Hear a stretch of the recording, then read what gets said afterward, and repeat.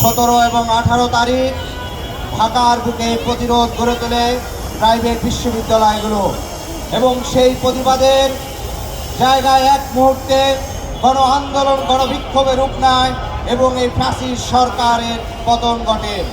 সংগ্রামে উপস্থিতি, গত পরশু গোপালগঞ্জের যে পদযাত্রা ছিল, সে পদযাত্রায় আমি সহ আমাদের দলের আহ্বায়ক সদস্য সচিব সহ অন্যান্য নেতৃবৃন্দ উপস্থিত ছিলেন। কোনো ধরনের গণহত্যার বিচার ব্যতীত বাংলাদেশে নির্বাচনের সুষ্ঠু হবে না, এবং এই অভ্যুত্থানে অংশগ্রহণকারী প্রত্যেকের সুরক্ষা ব্যতীত বাংলাদেশে কোনো নির্বাচন হতে পারবে না। আজকের প্রোগ্রামে যেসব সাংবাদিক ভাইরা তাদের উপর যে সশস্ত্র হামলা হয়েছে, হত্যার উদ্দেশ্যে যে সশস্ত্র হামলা হয়েছে, আমরা মনে করি সেই হামলার পিছনেও প্রতিবেশী রাষ্ট্র সেই দিল্লির ষড়যন্ত্র আছে। কারণ আপনারা দেখেছেন আজকের যুগান্তর পত্রিকায় স্পষ্ট রিপোর্ট এসেছে যে শেখ হাসিনার নির্দেশে গোপালগঞ্জে সরাসরি এই সশস্ত্র হামলা হয়েছে। তারা শেখ হাসিনা কোথায় বসে ষড়যন্ত্র করছে? তিনি দিল্লিতে বসে ষড়যন্ত্র করছে, আর তাকে এই ষড়যন্ত্র করতে দিয়ে প্রতিবেশী রাষ্ট্র বাংলাদেশ রাষ্ট্রের প্রতি তার যে সম্মান, প্রতিবেশী রাষ্ট্র হিসাবে বাংলাদেশের স্বাধীনতা সার্বভৌমত্বের প্রতি যে শ্রদ্ধা রাখা উচিত, সেখানে নগ্ন হস্তক্ষেপ করার পায়তারা করছে প্রতিবেশী রাষ্ট্র। আমরা আরো দেখি বাংলাদেশের এই গোপালগঞ্জের পরবর্তী ইস্যু নিয়ে ভারতের পররাষ্ট্র সচিব তিনি বক্তব্য দিয়েছেন। তিনি বলেছেন গোপালগঞ্জের বিষয়ে তারা পর্যবেক্ষণ করেছেন। আমরা বলবো আপনারা পর্যবেক্ষণ কি করবেন, বরঞ্চ গোপালগঞ্জে সারা বাংলাদেশ থেকে যেসব সন্ত্রাসীদেরকে জড়ো করা হয়েছে, যেসব আগ্নেয় অস্ত্রগুলো ওদেরকে সরবরাহ করা হয়েছে, সে চাইতে আপনারা জড়িত কিনা সে বিষয়ে আমি সরকারকে আরো অনুরোধ করব, আরো গভীর তদন্ত করা উচিত।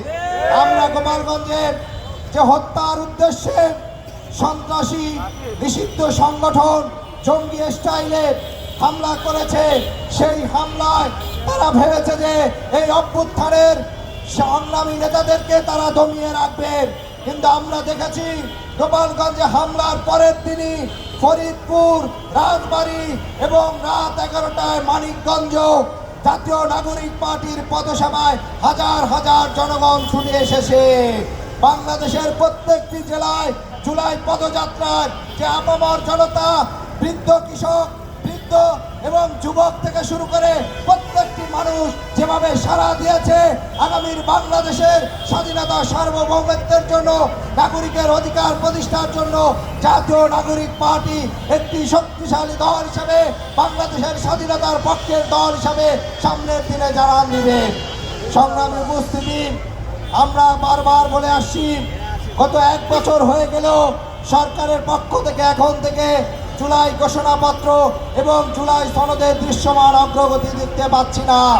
আজকে জুলাই মাস প্রায় শেষের দিকে এসলো। আজকে মৌলিক সংস্কারের বিষয় বিএনপি সহ বেশ কয়েকটি দল কয়েকটি প্রশ্নে এখন একমত হচ্ছে না। আমরা স্পষ্ট করে বলতে চাই, এই রাষ্ট্রে নাগরিকের মর্যাদা, প্রত্যেকটি নাগরিককে তার মর্যাদা প্রতিষ্ঠা করতে হলে রাষ্ট্রের সাংবিধানিক প্রতিষ্ঠানগুলোকে নিরপেক্ষ রাখতে হলে আমাদের মৌলিক সংস্কারের কোনো বিকল্প নেই। অতএব 3 আগস্ট 3রা আগস্টের মধ্যে যদি এই সরকার মৌলিক সংস্কারের ভিত্তিতে, বিশেষ করে দ্বিকক্ষ বিশিষ্ট সংসদ এবং উচ্চ কক্ষে পিআর পদ্ধতিতে সদস্য নির্বাচন, একই সাথে রাষ্ট্রপতি প্রধানমন্ত্রীর ক্ষমতার ভারসাম্য, জাতীয় সাংবিধানিক কাউন্সিল এবং যে সাংবিধানিক প্রতিষ্ঠানগুলো আছে সেই প্রতিষ্ঠানগুলোর প্রধান নিয়োগের জন্য যে এনসিসি প্রস্তাব করা হয়েছে, তার ভিত্তিতে যদি জুলাই সনদ যদি জারি করা না হয় এবং এই জুলাই সনদের সুরক্ষার জন্য অবশ্যই গণভোটের আয়োজন করতে হবে।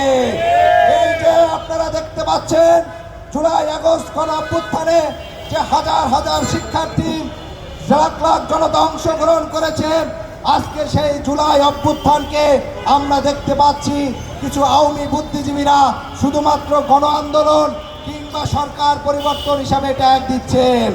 একই সাথে গোপালগঞ্জে গণ অভ্যুত্থানের নেতৃত্বকে হত্যার উদ্দেশ্যে যে হামলা হয়েছে সশস্ত্র, সেই হামলার পক্ষেও তারা এক ধরনের মদত